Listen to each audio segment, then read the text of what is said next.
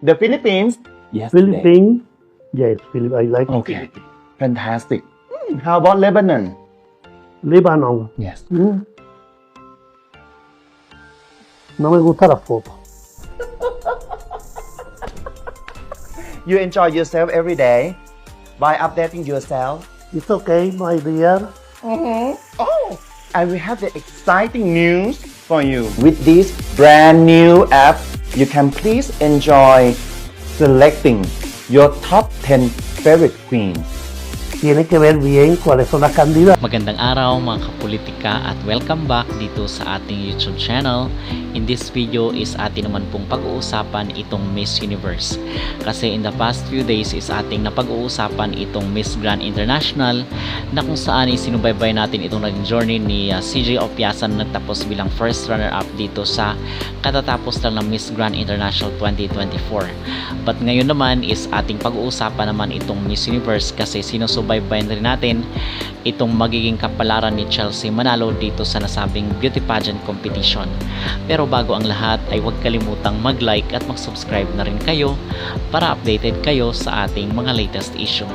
Mga kapolitika, atin pong ihahatid sa inyo ang pinakasariwang makaganapan dito sa Miss Universe 2024. At kung sino man yung nagsusubaybay dito sa ating YouTube channel ay napag-usapan natin doon sa ating mga previous video na milyon-milyong halaga ang mawawala ngayon sa Miss Universe dahil sa offline boycott ng mga Pinoy.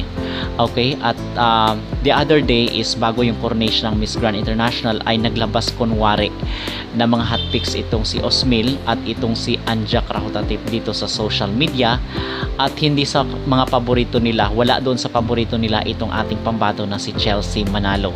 So after that day is nag-coronation nga itong Miss Grand International at nagustuhan ng mga Pinoy yung naging resulta, yung naging kapalaran ni CJ Opiasa dito sa Miss Grand International 2024 kahit na nagtapos lamang ito ng first runner-up. Kasi ngayon mga kapolitika, kahit dito kasi sa mundo ng social media ay binabasa na rin po yan ng mga competitor ng Miss Grand International kung ano ba yung mga reaksyon ng mga Pinoy, kung ang mga Pinoy ba is nagalit ba, kung ang Pinoy ba is natuwa ba. So ngayon ang masasabi natin na nag-heal na yung dating conflict ng mga Pinoy dito sa Miss Grand International dahil nga sa pagkatalo ng ating mga competitor noon, yung mga ipinapadala natin dito sa Miss Grand International. So nagkaroon ng hidwaan ang mga Pinoy, which is I believe na ngayon sa panahon ni CJ Opiasa ay nag-mend na or nag-heal na yung mga sugat dati na issue ng mga Pinoy dito sa Miss Grand International. Kasi sa social media ay base karamihan, majority doon na mga comment ng mga Pinoy is nagustuhan nila itong Miss Grand, yung production, yung effects, yung sound. So overall is satisfied ang mga Pinoy dito sa naging production ng Miss Grand International. Now meanwhile mga kapolitika is somehow siguro nakita rin ng Miss Universe na ang mga Pinoy is nagda-divert na ng atensyon dito sa Miss Grand International. So merong part 2 po yung pa-live ni Anja Krahutatip at ni Osmil dito sa mga hotpics ko nila. The Philippines? Yes. Philippines? Yes, I like Okay. Fantastic. Or yung mga paborito nila. So doon sa una is ayaw nila dito kay Chelsea Manalo. Now doon sa part 2 nila is okay na daw. So gusto na daw nila itong si Chelsea Manalo base doon sa reaction ni Osmil sa kanilang pa-live. And at the same time nag-promote rin sila nitong kanilang app na kung saan is kung gusto daw bumoto ng mga tao para suportahan yung kanilang kandidata is pwede daw i-download yung app. So nag-promote sila. Now dito merong catch yun mga kapolitika kasi doon sa kanilang pa-live is unang lang sinabi itong si Chelsea Manalo. So makikita natin na iniingganyo, talagang kinukumbinsi ng Miss Universe na gusto kunwari nila itong si Chelsea Manalo kasi gagamitin yan for promotion. Okay, and ito naman bilang influencer tayo dito is nais nating suportahan itong ating kababayan. And the only way to do that is gumagawa nga tayo ng mga reaksyon at ating mga personal na opinion para iparating rin dito sa Miss Universe na hindi natin nagustuhan yung ginawa nila kay Michelle Marquez D.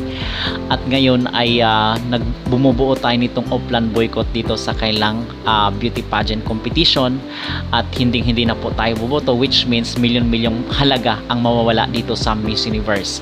Kasi nga doon sa Miss Grand International is kinumpirma nga ni nawat na 200 million yung kinita nila dito sa botohan pa lang. So ngayon dito na kung saan ang mga Pinoy ay nawala na ng gana na bumoto dito sa Miss Universe is natakot po itong Miss Universe organization na baka tutuhanin ng mga Pinoy yung boycott dito sa Miss Universe, which I believe na gagawin yun ng mga Pinoy katulad dito sa Miss Grand International na talagang naiparating. Okay, at nakarating naman talaga sa Miss Grand International yung sentimiento at mga hinanaing ng mga Pinoy na kung saan is yung dayaan ayaw ng mga Pinoy yon. So kung gusto ng Miss Universe na magustuhan sila ng mga Pinoy ay kailangan na ayusin rin nila yung kailang pagja-judge dito sa mga kandidata. Okay? So ito is pinaparating natin kasi kahit magkaiba tayo ng lengguwahe dito sa kanila ay meron sa sinasabi na nga natin na meron na pong artificial intelligence or meron ng AI na nagtatranslate ng ating mga sinasabi. So somehow ito ay protesta para makarating rin dito sa kinaukulan na kung ilaglag nila itong si Chelsea Manalo, by their intention ay malaking portion ng suporta ng mga Pinoy ay mababaling dito sa Miss Grand International. So which means is mawawalan po sila ng malawak na reach dito sa Pilipinas. Okay, so mga kapolitika, so far ito yung mga pinaka-latest sa kaganapan na ang sinasabi dito nila Jack Rotatip at ni Osmil ay gusto na daw nila itong ating pambato na si Chelsea Manalo. Naniniwala ba kayo mga kapolitika or maybe this is just for a promotion? Mag-comment down below at huwag kalimutang mag-like at mag-subscribe na rin kayo para updated kayo sa ating mga latest issue. The Philippines? Yes. Philippines? Yes, I like Okay. Fantastic. How about